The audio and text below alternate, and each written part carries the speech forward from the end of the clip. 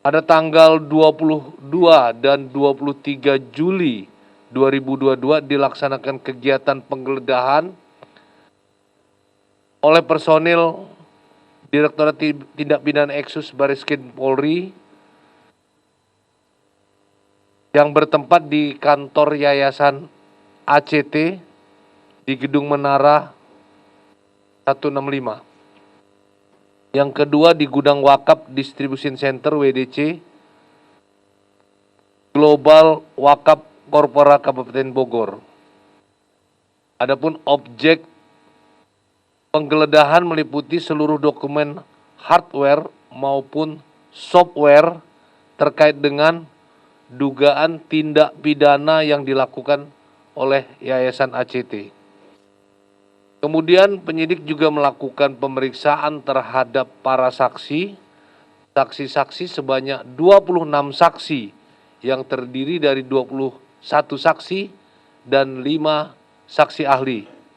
Di antaranya adalah satu ahli ITE, satu ahli bahasa, 2 ahli yayasan, dan 1 ahli pidana. Kemudian berdasarkan fakta hasil penyidikan, diketahui bahwa saudara A yang memiliki peran sebagai pendiri, juga sebagai ketua pengurus Yayasan ACT, dan ketua pembina pada tahun 2019 sampai dengan 2022, dan juga sebagai pengendali Yayasan ACT dan badan hukum terafiliasi dengan Yayasan ACT. Mens reanya adalah mendirikan Yayasan ACT untuk menghimpun dana melalui berbagai bentuk donasi. Kemudian bersama dengan pendiri yayasan, pembina, pengawas, dan pengurus telah mendirikan sekaligus duduk dalam direksi dan komisaris agar dapat memperoleh gaji serta fasilitas lainnya. Tahun 2015 bersama membuat SKB pembina dan pengawas Yayasan ACT perihal pemotongan donasi sebesar 20-30%. Tahun 2020 bersama membuat opini Dewan Syariah Yayasan ACT tentang pemotongan dana operasional sebesar 30% dari dana donasi. Kemudian menggerakkan Yayasan ACT untuk mengikuti program dana bantuan Boeing atau BCIF, Boeing Community Investment Fund, terhadap ahli waris korban Lion Air JT610. Kemudian reusnya memperoleh gaji serta fasilitas lainnya bersama dengan pendiri yayasan, pembina, pengawas, dan pengurus dengan duduk dalam direksi dan komisaris di badan hukum yang terafiliasi dengan Yayasan ACT. Bahwa hasil usaha dari badan hukum yang didirikan oleh yayasan seharusnya juga digunakan untuk tujuan berdirinya yayasan. Akan tetapi dalam hal ini A menggunakannya untuk kepentingan pribadi. Kemudian menggunakan berbagai dana donasi yang terkumpul termasuk dari dana Boeing tidak sesuai dengan peruntukannya. Sedangkan saudara Ika perannya adalah ketua pengurus ACT periode 2019 sampai dengan sekarang.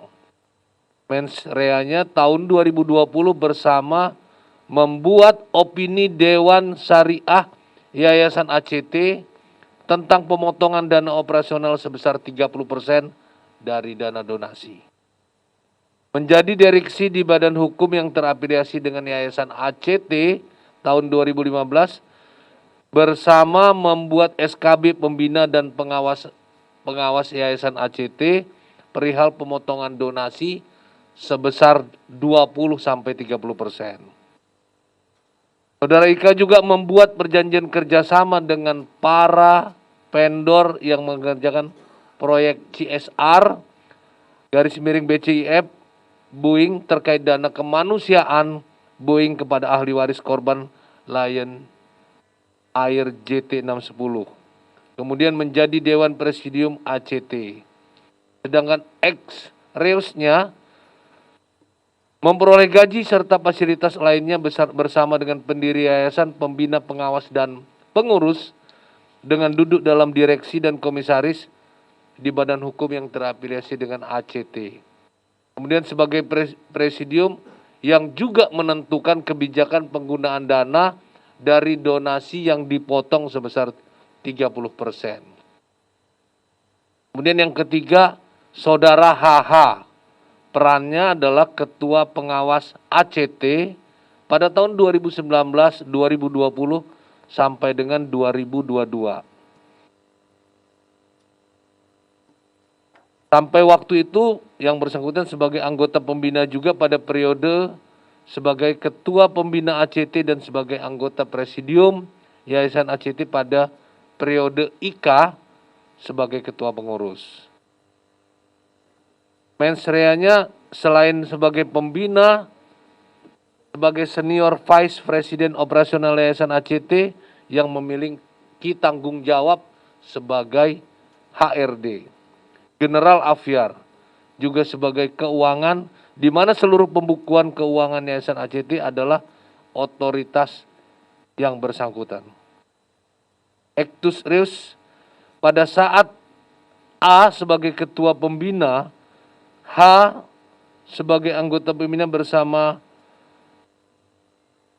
NIA yang menentukan penggunaan pemotongan dana donasi sebesar 20 sampai dengan 30% yang digunakan untuk membayar gaji, sedangkan sesuai ketentuan pengurus, pembina, dan pengawas tidak boleh menerima gaji, tidak boleh menerima upah maupun honorarium.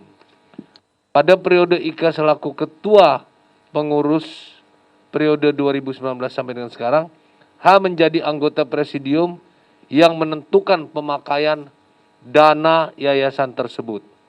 Yang keempat,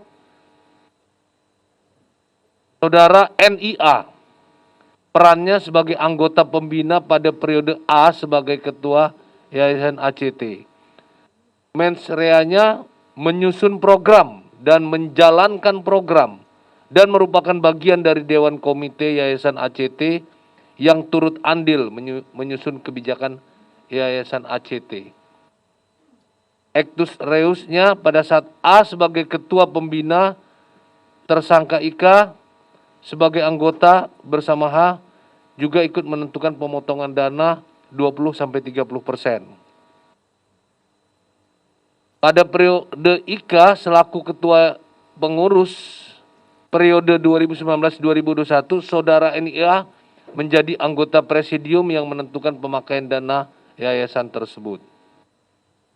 Persangkaan pasal tindak pidana penggelapan dan atau penggelapan dalam jabatan dan atau tindak pidana informasi dan transaksi elektronik dan atau tindak pidana yayasan dan atau tindak pidana pencucian uang sebagaimana dimaksud dalam pertama pasal 372 KUHP, kedua pasal 374 KUHP, yang ketiga pasal 45A ayat 1 junto pasal 28 ayat 1 Undang-Undang 19 tahun 2016 tentang perubahan Undang-Undang 11 tahun 2008 tentang ITE.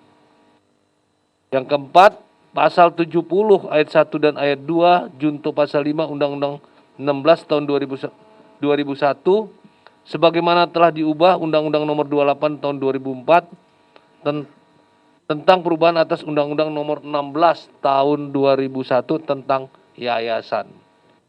Kemudian yang kelima, pasal 3, pasal 4 dan pasal 6 Undang-Undang Nomor 8 tahun 2010 tentang pencegahan dan pemberantasan tindak pidana pencucian uang. Dan yang terakhir 6 pasal 55 KUHP junto pasal 56 KUHP. Dan rencana tindak lanjut melakukan penelitian dokumen yang telah diamankan, melengkapi administrasi penyidikan, melakukan gelar perkara, penetapan tersangka, melakukan koordinasi dengan PPATK, melakukan koordinasi dengan akuntan publik untuk pelaksanaan audit terhadap laporan keuangan Yayasan ACT, dan tentu berkoordinasi dengan Jaksa Penuntut Umum. Terkait dengan 4 orang yang telah disebutkan tadi, pada pukul 15.50 Indonesia bagian Barat telah resmi ditetapkan sebagai tersangka.